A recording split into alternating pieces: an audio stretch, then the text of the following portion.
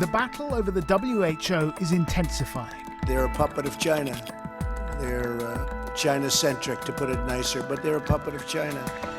With unemployment in the tens of millions and nearly 100,000 dead, Donald Trump is asking the American public to re-elect him in November. He needs someone to blame. But there's more going on here. I think what's happened is that the World Health Organization and the World Health Assembly, which took place this week, has just become another battleground for this proxy war that's going on between China and the United States. Joe Biden warned the nation in January. In the toxic and polarized world of American politics, there's one issue Republicans and Democrats broadly agree on. China is challenging American global dominance, and they want it stopped. 5 years ago, our Prime Minister was happily sharing a pint with his Chinese counterpart in a Buckinghamshire village pub after his Chancellor, George Osborne, promised to be Beijing's best friend. We can be China's best partner in the West. How times change. I think that the coronavirus crisis and China's aggressive handling of its response to it has crystallized the conversation that we were probably going to have anyway. I think a lot of people across the political spectrum are increasingly cited by China's human rights abuses. They're increasingly concerned about its attempt to dominate in a monopolistic way all the industries of the future, and increasingly, in some cases, concerned about the security dimension and its military buildup and its aggressive actions in third countries.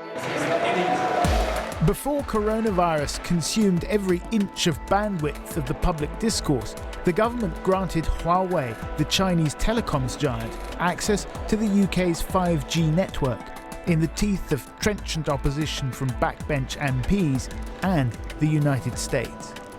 It's not as if this pandemic has taught us something we didn't already know about the security implications surrounding Huawei, China's human rights record, or indeed its attempts to stifle democratic freedoms in places like Hong Kong.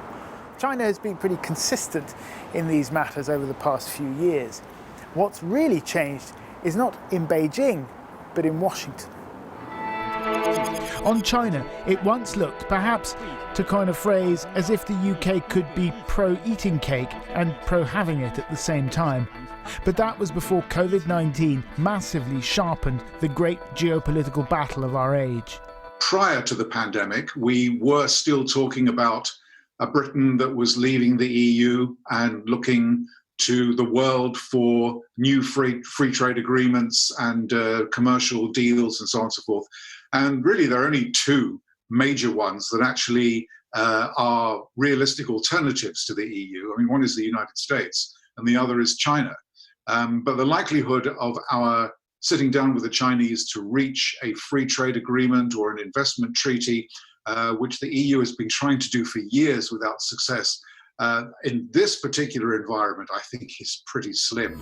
And so, two global superpowers, one on the rise and one on the wane, are fighting a proxy battle, even as a pandemic rages around them. I think Trump thought that by his temporary halt on funding and then the letter last night, which suggested that he would leave the WHO and cease all funding, that this would be a massive blow and the WHO would then come round and do what the United States wants.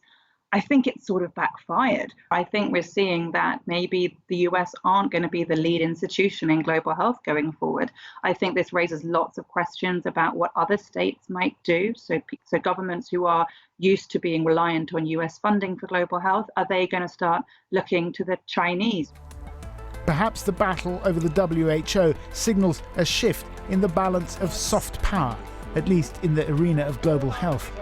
And if the UK is forced to make a choice, is it aligning itself with the winning side?